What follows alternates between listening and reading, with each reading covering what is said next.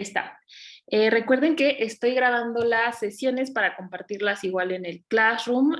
Por ahí, pues, quien tenga algún inconveniente para las sesiones, pues también puede consultar, ¿no? Puede consultar el video y pues ahí mismo ponerse al corriente. Para recapitular un poco lo que estábamos o lo que empezamos, ¿no? a conversar la sesión pasada, hablábamos justo pues históricamente, ¿no? De esta relación de quiénes o qué instituciones o desde dónde se financia todo aquello que podemos denominar arte y cultura, ¿no? Platicábamos pues, de estas relaciones institucionales históricas, ¿no? Desde la monarquía, desde grupos eclesiásticos y de cómo esta relación pues ha ido pues modificándose, ¿no? O las estructuras de financiamiento pues se han ido modificando. Hay diferentes maneras de abordar esta conceptualización, es decir, de enmarcar o de conceptualizar económicamente. Esto también lo resalto porque eh, son diferentes disciplinas o desde diferentes ámbitos desde donde se busca conceptualizar o clasificar o entender un poco mejor lo que sucede. Y si bien vimos diferentes modelos o hay diferentes modelos estadísticos, económicos, para conceptualizar, ¿no? Debajo de esta gran sombrilla de lo cultural, analizábamos que, pues, especialmente nuestro país, por su relación histórica con la UNESCO, ¿no? Y porque históricamente también así se han desarrollado nuestras instituciones, el marco, digamos, que más se apega un poco a lo que podríamos enmarcar en nuestro país es el marco que incluso desde la UNESCO han sido muy cuidadosos de denominar industrias y le han denominado ámbitos, ¿no? Un poco para organizar lo que sucede, para posicionar y a partir de ahí poder, digamos que cuantificar o medir el impacto de lo que sucede en estos ámbitos. También platicábamos de justamente las empresas culturales que como tal, pues no son una definición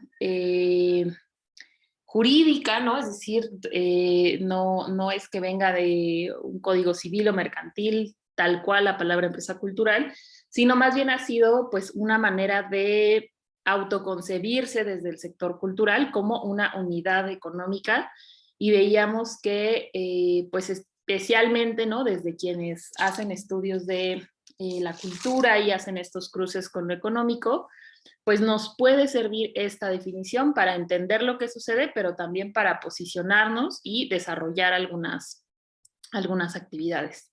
En la sesión pasada ya no les compartí algunas otras fuentes de información, pero también una iniciativa interesante justo que da cuenta de cómo pues se ha ido, ¿no? movilizando o se ha ido insertando, ¿no? esta idea de poder también cuantificar lo que sucede en nuestro país. Es el mapa Transmedia, que lo presentaron hace un par de años en el Centro de Cultura Digital y que también, pues una iniciativa, ¿no? junto con otras instituciones, busca pues precisamente generar parámetros para medir qué es lo que sucede desde el ámbito creativo, ¿no? O sea, recordemos que la sesión pasada traté de resaltar por qué o desde dónde se enuncia a veces creatividad, cultura, entretenimiento, propiedad intelectual. En este caso, pues ellos decidieron posicionarse desde el paradigma de la creatividad, en donde resaltábamos que sobre todo se incluye a todo lo digital y todo aquello que tiene que ver con el software, con el diseño, puede ser de videojuegos, ¿no? Es decir, cuando utilizamos la palabra creatividad se incluyen muchos ámbitos que hace unas décadas no se incluían porque pues no teníamos este avance del Internet. Pues yo les invito a quienes les interese ver un poco ahí qué metodología, qué incluyeron, ¿no? Porque eso también, como les decía, siempre va a ser muy importante saber qué están incluyendo en estas mediciones. Esta me parecía interesante porque, por ejemplo, buscaron cuantificar o aproximarse al número de establecimientos y empleo por sector creativo, ¿no? Entonces, de los estados que ellos analizaron, pues cuantificaban cuántos establecimientos y empleos había en la música y en las artes, en la artesanía, ¿no? Que por ejemplo este es el color rosita claro que vemos por acá, ¿no? Y que vemos pues algunos países, ¿no? O algunos estados más bien, perdón, Guerrero, ¿no? Que Puebla, que tienen una, una proporción pues bastante amplia, y bueno, algunos otros estados en donde pues posiblemente también ellos hablan en la metodología pues de lo complejo que es realizar o tratar de aplicar estas metodologías que vienen de países donde pues los sectores están sumamente formalizados, ¿no? Aquí hay muchas cosas que suceden pues fuera, ¿no? De la formalidad. Como les comentaba, también ellos cuantifican las librerías y museos, el sector editorial, el tema de software, cine, radio y televisión, que esto también es interesante, ¿no? O sea, toda la producción de cine, radio y televisión, la publicidad y el marketing, que esto pues usualmente en nuestro país, en nuestras estadísticas nacionales no se toma en cuenta, pero ellos pues al traer una metodología justo de Inglaterra, pues ahí sí se toma en cuenta esta área, arquitectura y diseño, ¿no? Y entonces es interesante ellos cómo van pues haciendo algunas aproximaciones. Para quienes les interese, pues está interesante. La dirección es centroculturaldigital.mx, perdón. Sí, es centroculturadigital.mx y luego Mapa Transmedia.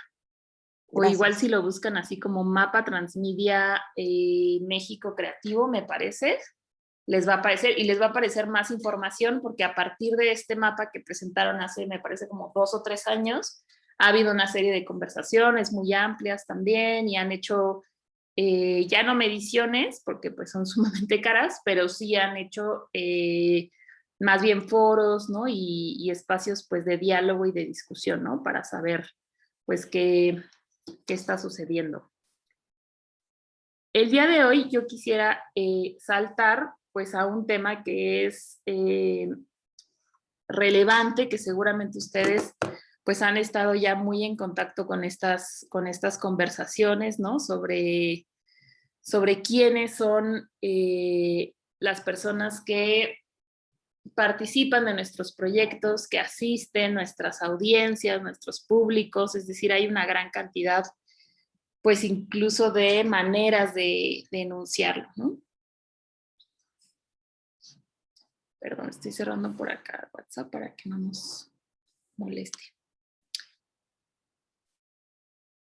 En este sentido, a mí me parecía interesante traer a la mesa pues una pregunta interesante, donde sí vamos a hablar, perdón, es que creo que están... Listo. En donde sí vamos a hablar de discusiones sobre los públicos, pero sobre todo me interesa hablar desde un enfoque de derechos humanos, lo cual me parece que pues cada vez también es una conversación pues importante. En este sentido, ¿cómo es que vamos a hacer estos cruces? Resulta bien complejo justamente hablar de economía, derechos humanos y cultura cuando hacemos estos cruces, porque por ahí bien escuchaba, ¿no? Hace algunas semanas, justo en unos foros que decían, bueno, si bien todos somos iguales ante la ley, no somos iguales ante el sistema económico, ¿no? Es decir, si bien los derechos humanos son garantías jurídicas universales, eso no necesariamente implica que todos tengamos la misma capacidad de compra a un boleto de cine, de compra a un libro, de compra a una taquilla de museo, aunque sea de 10 o 15 pesos, ¿no? Es decir, va a ser cruces, ¿no? Desde problemáticas interesantes. En este sentido, solo seguramente muchos de ustedes a lo mejor ya han tenido un acercamiento al tema de los derechos humanos, pero sí es importante traer y puntualizar algunos elementos.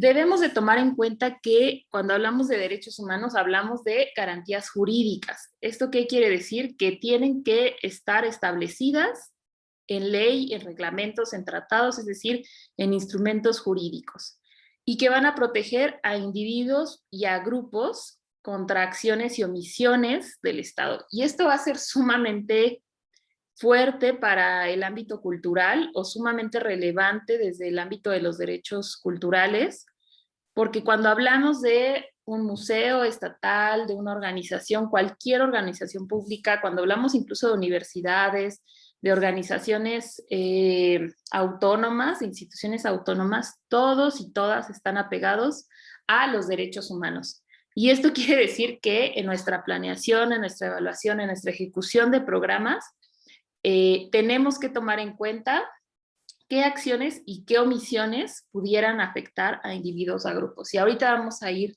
hablando un poco más acerca de estos ejemplos, pero sí quería puntualizar pues algunas, digamos, elementos básicos para traer a la discusión. Otro tema importante es que están centrados en la dignidad humana, o sea, siempre la discusión alrededor de los derechos humanos va a ser en el centro la dignidad humana, lo cual va a ser muy interesante cuando hablamos, por ejemplo, de medio ambiente, ¿no? O sea, este cruce entre lo humano y la naturaleza, ¿no? O la relación con nuestro entorno también va a ser, pues, cada vez más problemática, ¿no? Recientemente en términos de derechos humanos o cómo protegemos también el medio ambiente.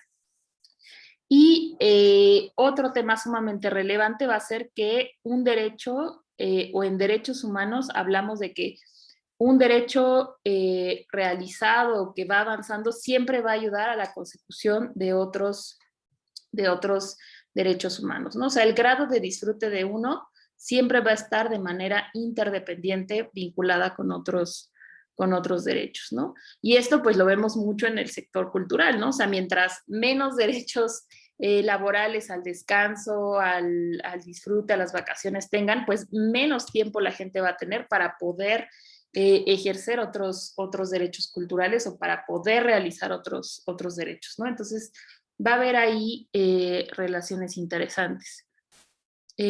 Rápidamente también para que justamente no lo tengamos muy en cuenta para pensar o ejemplificar, ¿no? en nuestra propia labor, como mencionaba, los derechos humanos son universales, aunque la universalidad también va a tener algo bien interesante, que aunque son universales, pues no es lo mismo hablar de derecho cultural al patrimonio cultural en la Ciudad de México que en Guerrero, que en un poblado inglés, que en África. Es decir, no va a ser lo mismo la manera en la que pues, se diseñan las leyes o los mecanismos de protección de estos derechos en su universalidad. Y esto también va a ser muy interesante, o sea, cómo se hacen efectivos y operativos en un contexto cultural específico sin caer en el relativismo cultural.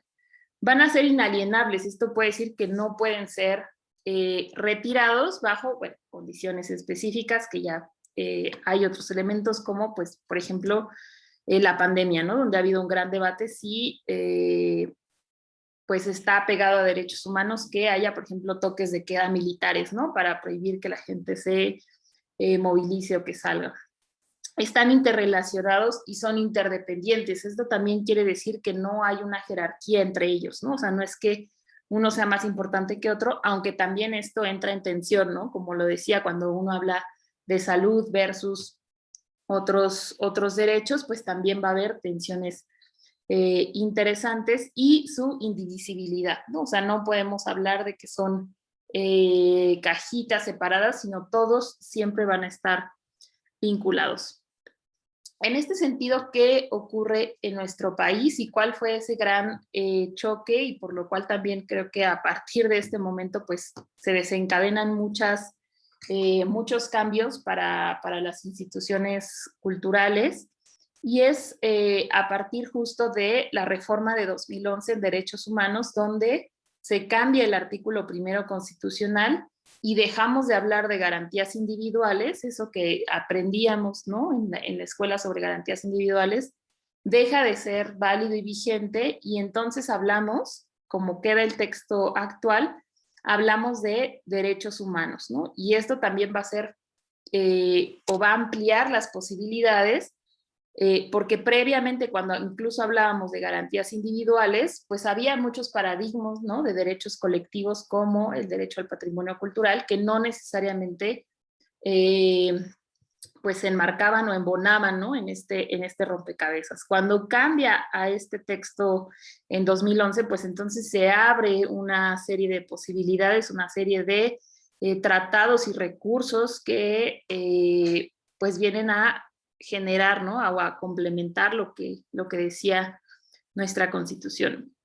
Adicionalmente, como algunos de ustedes recordarán, en 2009 se modifica el artículo 4 de nuestra Constitución para hacer específico el derecho al acceso a la cultura y al disfrute de los bienes y servicios que presta el Estado.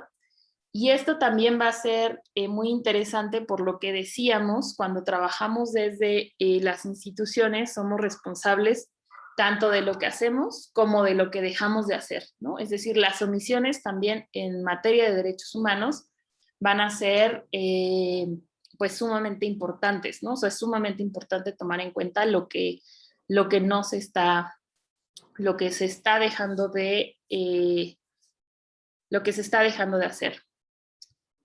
En este sentido, como les decía, al centro de los derechos humanos siempre vamos a tener la dignidad humana y una serie de derechos humanos que también, pues a lo largo de la historia han ido evolucionando, ¿no?, en su concepción. Ahora tenemos pues derechos que no pensábamos, ¿no?, después de la Segunda Guerra Mundial, ¿no?, y que han surgido, ¿no?, como derechos vinculados justo con la protección de datos personales, con derechos digitales, ¿no?, y acceso a Internet, con el acceso a la información. Es decir, los derechos humanos también son dinámicos y van evolucionando de acuerdo a las propias, pues, necesidades y problemáticas de la vida en común. Algo importante es que al hablar de derechos culturales, que justo es un ámbito, digamos que complejo, porque es como que un ámbito en el que no se le entra mucho, ¿no?, desde lo jurídico, como que sí son los derechos como relegados, y cuando hablamos de cultura siempre lo ven como algo ambiguo. Entonces son derechos donde muchas veces no se le quiere entrar, ¿no?, desde los propios especialistas. Pero es importante resaltar que los derechos culturales, como esto lo saqué de la experta independiente de la ONU sobre derechos culturales, ella dice, son derechos promovidos para garantizar que las personas y las comunidades, es decir, no son derechos únicamente individuales o que se ejercen en individual, sino muchas veces en colectividad o hacen sentido en colectividad, tengamos acceso a participar de nuestra cultura o la cultura de nuestra elección. Y que además estos componentes de igualdad, dignidad humana y no discriminación que están en otros derechos humanos también tienen que estar presentes acá. ¿Qué otras cosas nos dice algunos informes? Que les digo, sí hay información, pero hay mucho menos comparado con otros ámbitos de los derechos humanos. Es por eso que traigo pues las fuentes desde la ONU, ¿no?, para no meternos en controversias de otras posturas. Pero desde el ámbito de los derechos culturales, justamente, pues vean lo complejo, ¿no?, que se enuncia, ¿no? O sea, son los derechos que están vinculados con expresar nuestra humanidad, nuestra visión del mundo, que pues nos hacen dar sentido, ¿no?, a lo que creemos, al mundo en el que vivimos, ¿no?, a nuestra lengua, a cómo nos vinculamos. Y también, esto es importante, son derechos vinculados con el patrimonio, con su acceso, con quienes lo producen, reproducen, quienes lo utilizan, ¿no? Sobre todo en términos de identificación y diversidad cultural, ¿no? O sea, ahí va a haber elementos interesantes que por ahí también en las lecturas ya les compartí el informe extenso sobre el derecho al patrimonio cultural, sobre el cual también vamos a hablar.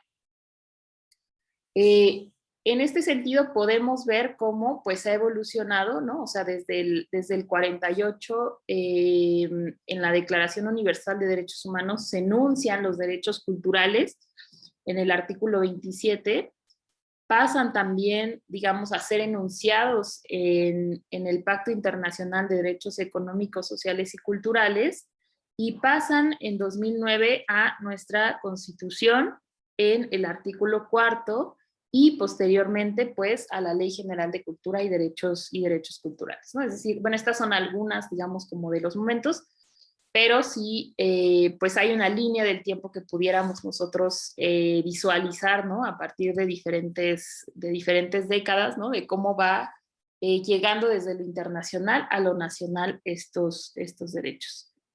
Algo importante aquí va a ser interesante, entonces, cómo parecieran piezas distintas, ¿no? Hablar de derechos humanos, que hablar de industrias, que hablar de entretenimiento, va a haber un choque ahí muy interesante. Y este choque va a ser dirimido, o digamos que va a ser pues puesto, ¿no? A la discusión internacional en el 2005, donde si bien ya teníamos una serie de convenciones y marcos, me parece que por ahí ustedes ya revisaron, ¿no? Los tratados y toda esta estructura internacional que existe alrededor del patrimonio cultural, resulta que en el 2005 dicen falta una pieza del rompecabezas, ¿no? O sea, falta reconocer justamente este vínculo entre la economía y lo que sucede en los ámbitos culturales, o más bien falta reconocer la dimensión económica también de los bienes y servicios culturales. Y es a partir entonces de 2005, con esta convención, que se empiezan a pues a reconocer, ¿no? Desde ámbitos de derechos humanos, que también hay que analizar desde el punto de vista de derechos humanos lo que sucede en los sistemas económicos, sobre todo de la cultura, porque pues se dan cuenta que ante la globalización y ante, pues digamos, los oligopolios mediáticos y que ante, no sé, grandes industrias, ¿no? Como la cinematográfica, si no se ponía atención a todas estas, o a todas estas dinámicas empresariales alrededor de elementos culturales, pues se podía estar también, pues contraviniendo derechos humanos, ¿no? O sea, se podría estar no sé, dejando de proteger la diversidad lingüística, ¿no? O homogeneizando ciertos aspectos culturales, ¿no? Entonces es ante todas estas presiones internacionales que en 2005 dicen tenemos que poner de manifiesto o también entender desde los derechos humanos justo este cruce con lo que está sucediendo en las que algunos denominan industrias creativas, culturales o economía cultural en general. Y en este sentido es cuando pues empezamos justo a utilizar lo que también se utiliza en otros ámbitos de la economía, pero que se empieza a denominar como ciclos culturales, es decir, cómo va a ser esta cadena de valor o cómo va a suceder esta cadena de valor en el sector cultural, ¿no? Y vamos a empezar a hablar justo de cómo o quiénes crean, producen, distribuyen, difunden y disfrutan los bienes, servicios y actividades culturales. A grandes rasgos, pues para digamos, a manera de análisis, pues se empieza a utilizar, ¿no? Estas cadenas o ciclos culturales, que básicamente es la creación, producción, distribución y participación. Y algo muy interesante es que estrictamente desde el ámbito de derechos humanos, no existen los públicos, no existen las audiencias, no existen los clientes, existen los y las participantes. Y esto va a ser bien complejo y bien difícil, y siempre justo en talleres también que he tenido es, ¿y cómo no le voy a decir cliente a mi cliente, no? ¿Cómo no le voy a decir consumidor a mi consumidor? Pero digamos que abona, creo yo, este paradigma a entender lo que pudiera estar sucediendo en nuestras organizaciones o en lo que desarrollamos. Esto va a ser bien interesante, ¿no? Como les decía, ustedes no van a encontrar en los informes, en ningún informe UNESCO que hable de consumidores culturales, por ejemplo. Nunca van a encontrar esa palabra. Si la encuentran hay que ponernos a buscar, pero yo nunca he visto un informe de derechos humanos que utilice esa palabra, ¿no? Y eso va a ser bien, bien interesante. Siempre los enuncia como participantes. En este sentido, pues ha habido estos análisis que pues usualmente yo los reviso del Informe Mundial de Políticas Culturales que se emite. El último me parece que fue de 2019-2020, de donde saqué estos, tampoco utilizan la palabra usuarios. Usuarios, sí, creo que tampoco la utilizan a menos que sea un informe específico sobre Internet y digitalidad, me parece. Pero ahí es interesante, pues justo ponernos a revisar cómo se concibe desde el ámbito de derechos humanos a esas personas que van a acudir, asistir, que van a ser parte, ¿no? De lo que estamos haciendo, ya sea desde un proyecto independiente, desde una empresa cultural, desde el museo, desde el espacio formativo, ¿no? Va a ser, creo que interesante ver cómo se enuncia. En estos informes mundiales, pues cada vez más vamos a ver estos análisis de las cadenas de valor, sobre todo les decía, porque más que querer utilizar, ¿no?, el paradigma económico para entender esto, se vio la UNESCO en la necesidad de hacerlo, porque si no lo hacíamos de esta manera, pues había industrias pues completamente depredadoras, ¿no? Incluso de culturas locales, entonces tenía que haber un análisis de qué está sucediendo.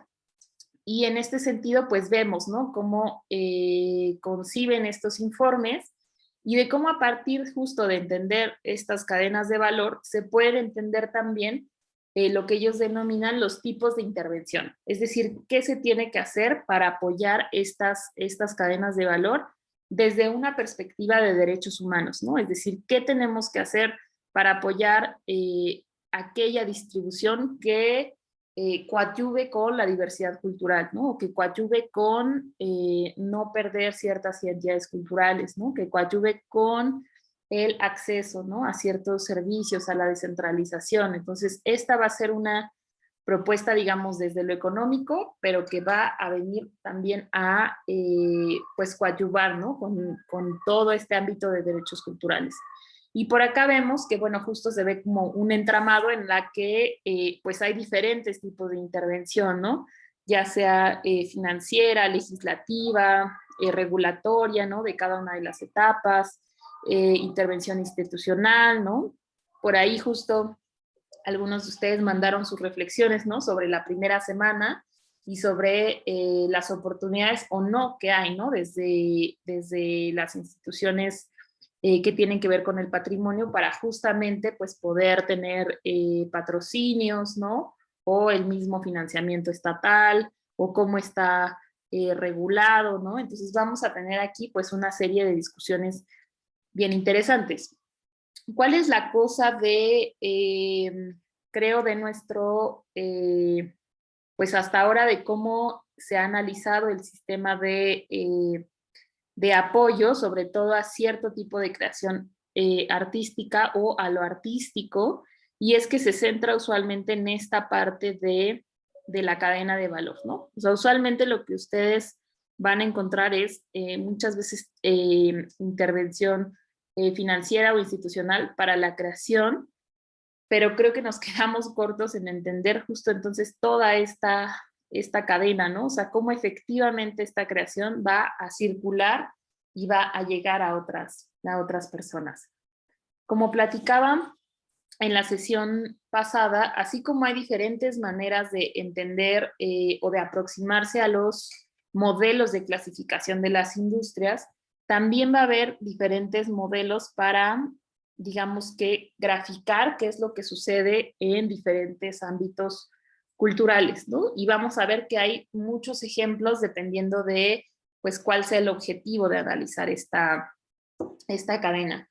Este también es de un informe, me parece que de UNESCO Chile, donde justo quieren esquematizar qué sucede con la industria musical, por ejemplo, ¿no? O sea, cómo funciona la estructura desde la creación, o sea, quiénes participan, quiénes son los agentes que participan de la producción, quiénes son los agentes que participan de la distribución y pues acá sí denominan consumidores, ¿no? O sea, consumidores de la industria musical.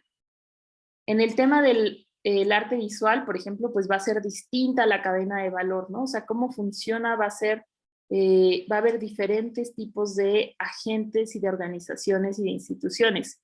Y esto lo que nos va a servir, tal y como platicábamos en la sesión pasada, va a ser para posicionarlos, ¿no? O sea, en dónde estoy yo principalmente, pues, jugando un papel preponderante, ¿no? Esta, por ejemplo, es un ejemplo que yo hice para analizar justo el tema de la legislación en la Ciudad de México, por ejemplo, y analizábamos desde la fase creativa, ¿no? O sea, quiénes están involucrados en el tema de la creación cinematográfica, desde dónde viene, ¿no? Todo el tema de la inversión, quiénes están vinculados con la producción, quiénes están vinculados con la distribución, con la comercialización y con su difusión. Y a partir de aquí, esto también sirve para entender muchas veces hacia qué están enfocadas las leyes o qué es lo que busca una ley, ¿no? ¿Cuál es el objetivo de una ley? Puede ser el fomento justo específico a lo creativo o regular ciertas bases de la distribución y comercialización, como puede ser, ¿no? La Ley Federal de Cinematografía, o tiene que ver justo con todo esto que decíamos, ¿no? Que tiene que ver con los acervos, con la investigación, con la formación, ¿no? Es decir, estas cadenas de valor también nos permiten un tanto analizar dónde se quiere intervenir, dónde está el problema, dónde se está atorando algo. Por ejemplo, es una cadena que saqué me parece que de Colombia también, ¿no? Donde pues esquematizaban a grandes rasgos cómo ellos conciben esta circulación. Y bueno, maneras de representar hay muchísimas, ¿no? Esta, por ejemplo, es una de la industria editorial, pero incluso cómo se realiza estas cadenas, pues también tiene todo un posicionamiento. Yo hasta ahorita no he visto ninguna representación de este tipo de algún contexto mexicano, es decir, un análisis de, no sé, alguna industria cultural o de algún ámbito cultural. Yo hasta ahora no lo he visto, pero sé que sí se está intentando hacer desde gobierno federal, ahí con TELAR, ¿no? Este nuevo registro para agentes culturales. Me parece que sí hay alguna intención de analizar quiénes participan de qué eslabones de la cadena. Ahora bien, ¿dónde podemos obtener información? Pues hay diferentes, como les decía yo hasta ahora, ciclos culturales tal cual no he encontrado, pero sí tenemos pues elementos que nos pueden ayudar, ¿no? Como puede ser, bueno, uno muy bueno, que pues es de los mejores, la verdad que tenemos en el sector cultural a nivel federal, pues es el Anuario Estadístico del Cine Mexicano que realiza el INCINE. La verdad es un estudio que pues es anual, ¿no? Entonces siempre está pues, actualizado, ¿no? Que podemos utilizar. Encuestas específicas, ¿no? Como la de lectura, la encuesta nacional de hábitos, prácticas y consumo culturales, que esa pues la problemática es que no está actualizada, ¿no? Entonces ahí tenemos diferentes problemáticas y pues cámaras, ¿no? De la industria especializada que pues tengan, ¿no? La posibilidad de pagar estudios de este tipo, como puede ser Canacine, ¿no? Canacine, pues incluso ellos hacen la contabilización, por ejemplo, del número de boletos vendidos año con año, del precio promedio del boleto, ¿no? Cosa que me parece bastante interesante. No sé si, por ejemplo, alguien ubique un instrumento de este tipo para museos, ¿no? O sea, cuál es el precio promedio de un boleto a nivel nacional y cómo ha ido bajando y subiendo, o sea, elementos que pues son bastante interesantes, ¿no? En términos de la información y de que nos ayudan también pues a entender o hacer estos cruces sobre pues lo que denominamos pues nuestros públicos o audiencias. En este sentido, y para avanzar un poquito más y que tengamos tiempo también de compartir algunas ideas, sí quería destacar y traer a colación el día de hoy justamente el derecho humano al patrimonio cultural, ¿no? Que si bien también es pues dentro de los derechos culturales bien complejo, pues cada vez tenemos más elementos también para, pues para ir incluyendo. En este sentido es bien interesante pues darnos cuenta que el derecho humano al patrimonio cultural es sumamente amplio porque pues tiene que ver justo con todo esto que enuncia, ¿no? También el informe de la ONU que tiene que ver con conocer, comprender, visitar, utilizar, mantener, intercambiar, desarrollar, reproducir, ¿no? O sea, tiene que ver con un montón de elementos sobre el patrimonio cultural que se entiende pues en colectivo, ¿no? Por eso decíamos que los derechos humanos pues se entienden como personas y como colectividades también.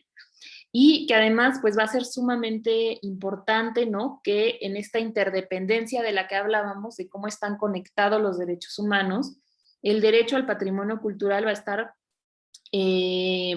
pues conectado al menos con derechos a la identidad cultural, a la libertad de expresión, a la información, a la libre determinación y autonomía de los pueblos, es decir, va a tener un montón de derechos también pues vinculados y ligados de la mano.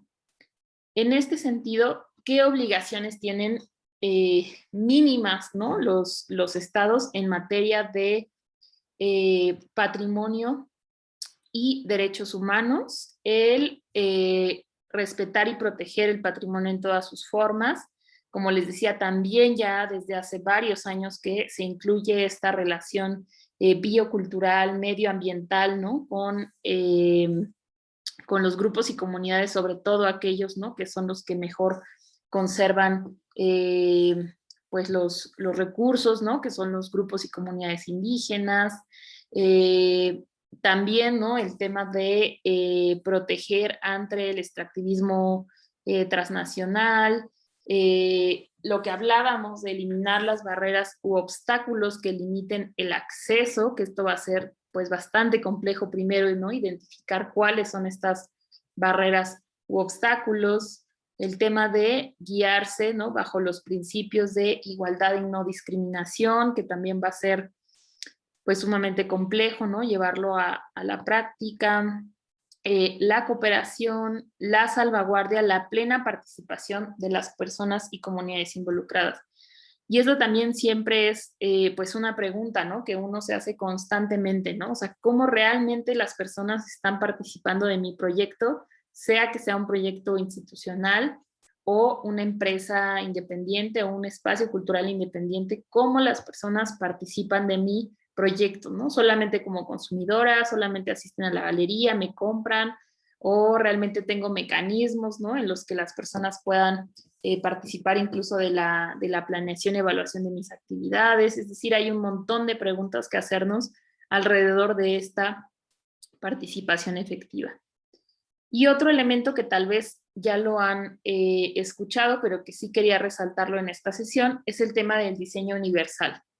Para la implementación de esta obligatoriedad, ¿no? De acceso al patrimonio, del pleno derecho al patrimonio cultural, sobre todo en espacios y recintos, vamos a hablar de dos elementos bien importantes: el diseño universal y los ajustes razonables, que son, pues digamos, concepciones que vienen desde lo jurídico, pero donde vamos a tratar de planificar siempre entendiendo cómo lo que yo estoy generando tenga las menores barreras posibles, ¿no? Esto va a ser pues bien complejo, ¿no? Porque usualmente pues desde la teoría del marketing, ¿no? O de las audiencias y públicos, ¿no? Siempre está esta idea de, bueno, cómo segmentamos, a quién va dirigido, va a ser específico para niñas, niños, jóvenes, ¿no? Como esta idea de hacerlo muy específico, y desde los derechos humanos, pues la pregunta va a ser al revés, ¿no? Esto es para todas y todos, ¿cómo le vas a hacer para que tenga las menores barreras posibles para que todas y todos puedan acceder, ¿no?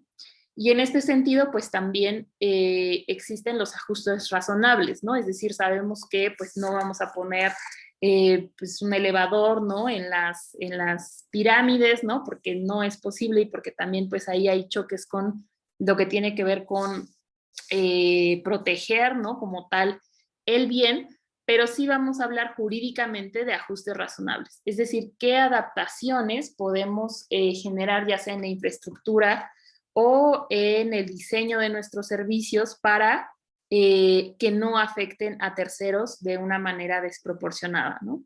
Aquí vamos a ver también pues que hay ya, ¿no? varias resoluciones también, pues de muchas peleas también que tienen que dar muchas veces los grupos, ¿no? Que trabajan por la inclusión, para que ciertos espacios puedan ser modificados, o para que se genere un tipo de servicio o de experiencia que trate de incluir a las más personas posibles. Por ahí tal vez pues ya ustedes han escuchado hablar de la red de museos para la atención a personas con discapacidad, ¿no? Que continuamente está compartiendo pues experiencias, ¿no? Y cómo se puede ir avanzando en estos temas. También por ahí el British Council sacó, me parece que el año pasado, este manual o este pequeño booklet muy interesante sobre espacios accesibles, ¿no? Y ya da algunas herramientas, tanto teóricas como prácticas. Para cerrar, no voy a hablar en este momento de estas, pero sí en la siguiente sesión las vamos a traer a colación, porque es muy interesante justo cómo, a partir muchas veces, desgraciadamente, de la violación de derechos humanos, es que se dan quejas, se dan movilizaciones ante la Comisión Nacional de Derechos Humanos. Y es que tenemos, en materia de derechos culturales en nuestro país, tenemos 4 recomendaciones que se han emitido desde la CNDH. Como ustedes pueden ver, tampoco son muchas, o sea, comparado con otros ámbitos de derechos humanos son muy poquitas, pero estas recomendaciones también nos dan muchos elementos para analizar qué sucede cuando se cruza, ¿no? Este tema de lo económico con las identidades culturales, con los derechos humanos, ¿no? La última, que bueno, me parece también muy interesante para analizar, tal vez algunos de ustedes la conozcan, es la 35/2019, que fue la última emitida sobre precisamente el plagio de textiles a comunidades en todo el país, y de plagio pues realizado por empresas de diferentes países también, sobre todo europeos, ¿no? Entonces va a haber pues algunos elementos, quien le interese meterse a las recomendaciones. Algunas son muy amplias, pero otras son un poco más cortitas, pero todas tienen elementos bien interesantes, porque pues ya es, digamos, que una resolución práctica, ¿no? O sea, es decir, que se dice prácticamente sobre la operatividad de los derechos humanos vinculados al patrimonio cultural, y qué se puede hacer también, ¿no? Para no caer en pues en estas omisiones o en estas violaciones desde diferentes ámbitos. Yo hasta aquí voy a dejar la presentación para poder